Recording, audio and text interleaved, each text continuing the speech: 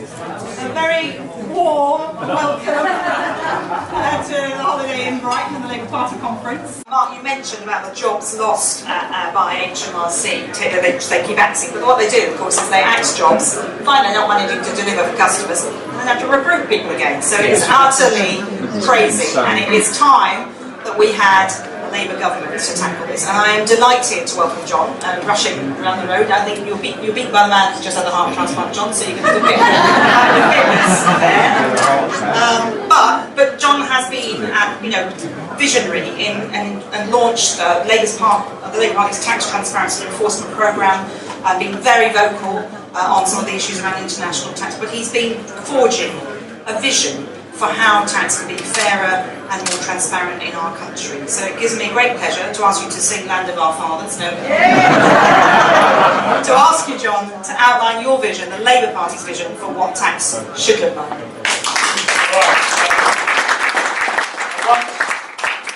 I'd like you to join me in Delilah. I'm going to take your shirt off.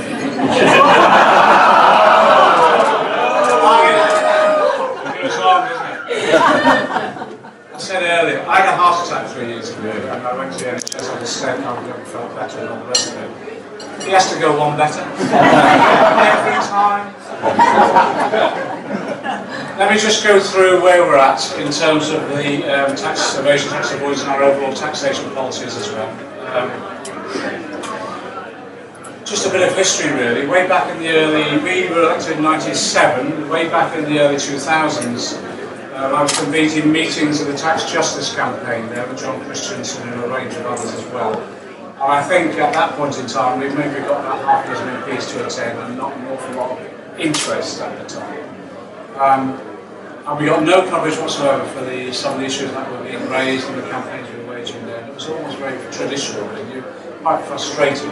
And the detailed work that was going on by the tax justice movement, really precise, really good stuff, based on a lot of retired tax inspectors, ex-PCS members and others. It was just demonstrating to me just how unjust the tax system was, but more importantly, the concept of corporate capture of governments and of institutions in government as well. And we got no publicity then. All of a sudden came along a group of young people who said, this is outrageous. And so they then said, we can't let this happen. So we'll do something about it. Why don't we go and try and collect it ourselves? So UK Uncut was formed. Do you remember that? Yeah. They started turning up at Vodafone and all these other organisations, demanding the organisation pays their taxes. All of a sudden it becomes an issue in the newspapers, on the television, all the rest of it, and start raising up the political agenda. And since then, actually it's maintained a steady level of interest amongst the general public. And every time we do stories around tax evasion, tax avoidance, they get reasonable coverage. But there's been so little action. We've forced the Tories into some action. So little action had any meaningful effect. The Tories would go around boasting that our tax cap at the moment is 34 billion. If that's a boast, to be honest, there's a problem in government somewhere, isn't there? We think it's considerably more. So our whole strategy has been to talk about a fair taxation system. It starts with, leave aside tax evasion, tax avoidance, it starts with ensuring that we, first of all, as exactly as Mark has said, we have an HMRC that's fit for purpose. Now, Professor Prem Seeker, one of our advisors, and the Professor of Accounts at Essex, went along, worked with PCS, and commissioned a short report on the operation of HMRC. It said exactly as Mark has said, basically, understaffed, under-resourced, and to be honest, demoralised as well.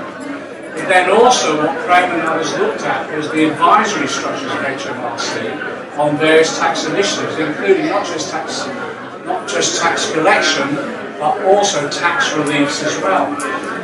And here's a surprise. All those organisations that sat on consultative bodies on tax reliefs in particular, here's a surprise, represented organisations that would benefit from those tax reliefs. I'm shocked, I can't believe that.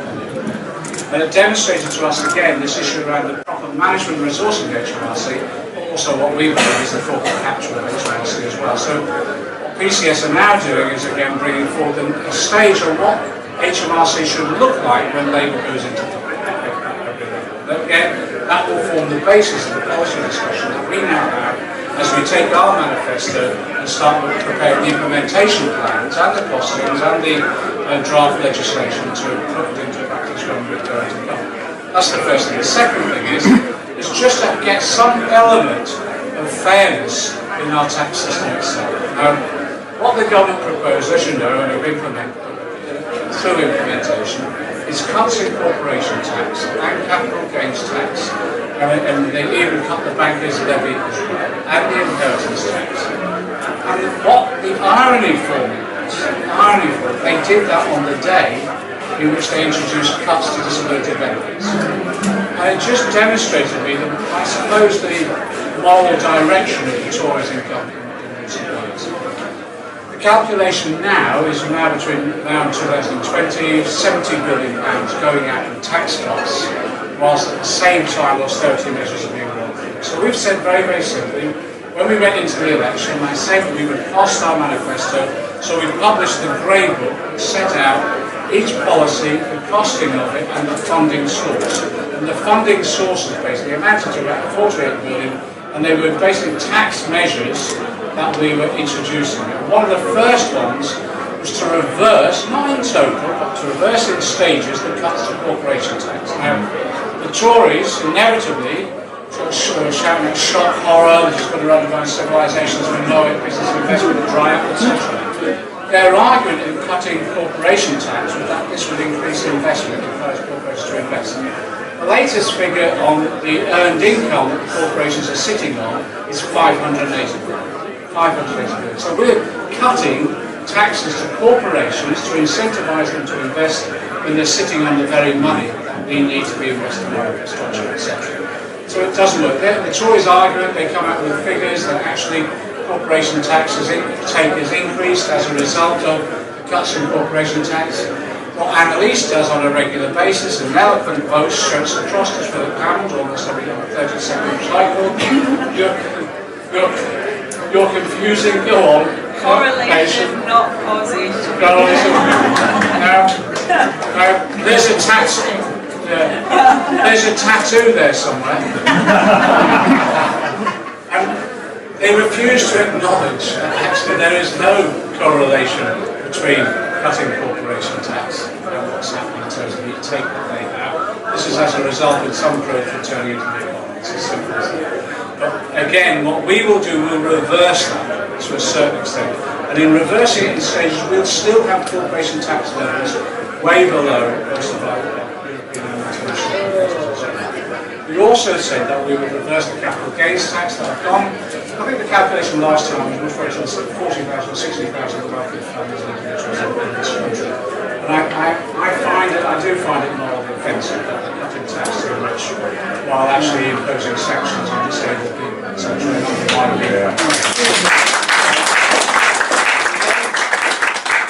We then went on and said, actually, we do need to generate other opportunities and widen the tax base. So we suggested that we looked internationally at other examples. So one of them, for example, we wanted to introduce was a property tax on properties owned by overseas companies. The reason for that was to generate income, of course, but also because actually what's happening in London in particular, but elsewhere, is actually properties being bought by overseas companies as speculation and actually standing empty, whilst at the same time you're having housing crisis on your hands as well. Now, the IFS challenged us and told us that actually that wouldn't gain, well actually their calculation of how much income was gained was zero. We said that's odd because it operates in Singapore and Canada and brings in a fair amount of money. So we challenged them on that. And we have a close working relationship with the IFS, but they have a political ideology behind them as well. So they also said to us, on our increase in taxes in terms of the overall income tax levels, we said that we would protect 95% of their earners from any increasing income tax, VAT or national insurance. And that would mean higher rates at the top end. Their argument is that if you try and tax someone over about £150,000, you won't get any earned income in because of tax avoidance, etc. And I said, you've not met me before, have you? Because what we then said was actually for the last 2 years, instead of a lot of the work that's been done by Meg and others, we've been arguing for a tax transparency enforcement program based upon the advice of who? PCS members, tax inspectors with years of experience and other independent experts about what could be done. Because what's happening at the moment is scandal.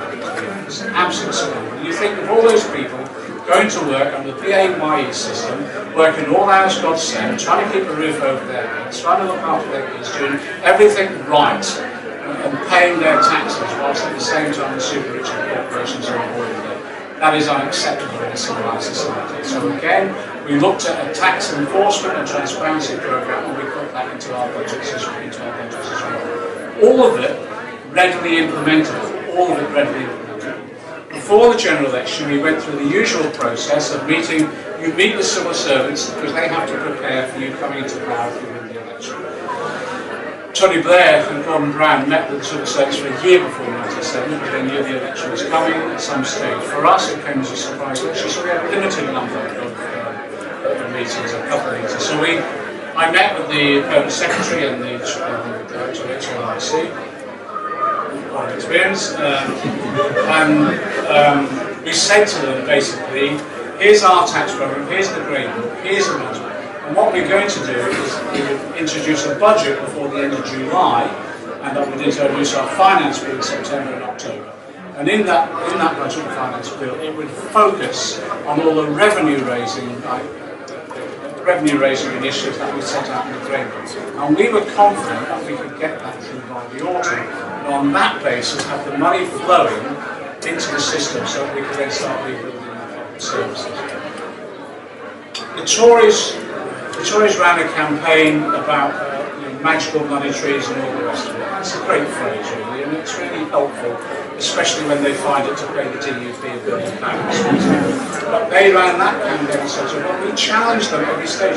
I challenged Philip Hammond all through the general election campaign to debate with me on TV our proposals for expenditure and our proposals for taxation, and they refused.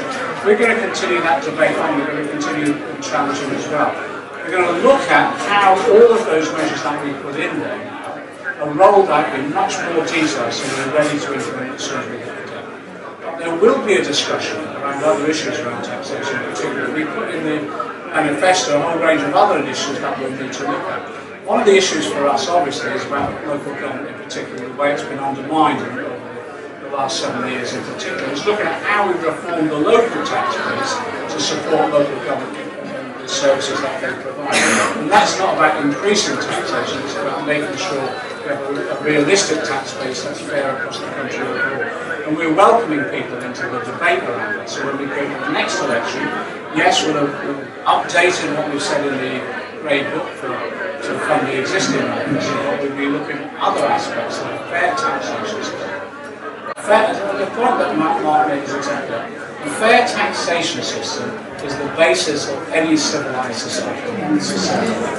What's interesting is in the opinion polls, when we published our taxation proposals, we had a significant increase in support from the majority. Now, again, usually when you publish something like that, you have all the papers against you. Normally you'll have a surge backwards rather than a surge forwards. But we had a surge forwards, and that confirmed in my mind that people in this country now are open to a sensible debate about taxation, but they want to know if there is a taxation process going on, it has to be fair, but also that the money is spent wisely as well. So therefore, when you engage people in a debate about taxation, I don't think it should be done in just a theoretical way.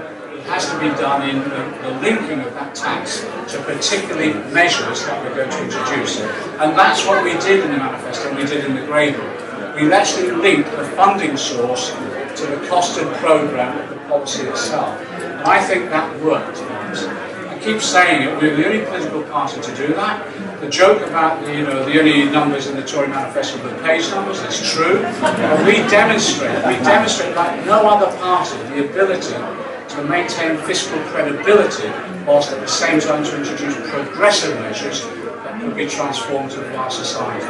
I'm really proud of that. Not for myself, but for the work that went in from our team, our advisors right there across the piece. But I'm particularly also grateful for PCS for the work and support they've given us all the way through.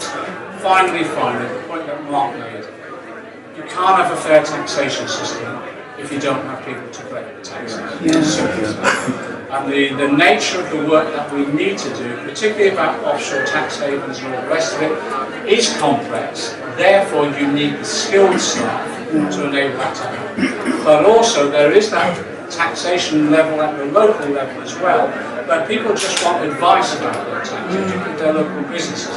You start closing those local offices, as they have done, it becomes completely counterproductive. Final point. Yesterday we introduced the policies on PFI, okay, and that we're bringing PFI contracts back into the process.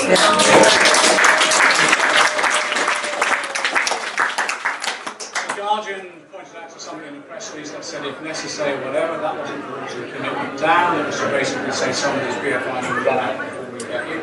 But what we're going to do is look at each one of them. One of them that I want to look at, which I take pleasure in, unfortunately I haven't never mind, was the properties, the HMRC properties that went under a PFI to Mayfield.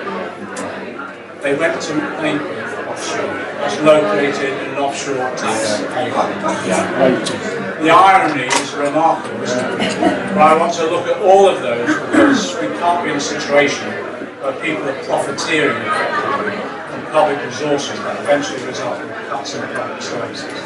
That's our programme. I think it's incredibly progressive. I think we can win the argument on the doorstep, and also I think also we can further it in terms of making sure we have real tax justice in this country. Real tax justice means people just paying their way. But the other thing as well is we establish this moral argument. We should be proud to pay taxes. I contribute my taxes to ensure that children get school meals, to ensure that people get a decent education, that patients are treated, that we have enough teachers to teach our kids, that we have firefighters. We pay our taxes to ensure we have a civilised society. We should be proud of it, and we will be so.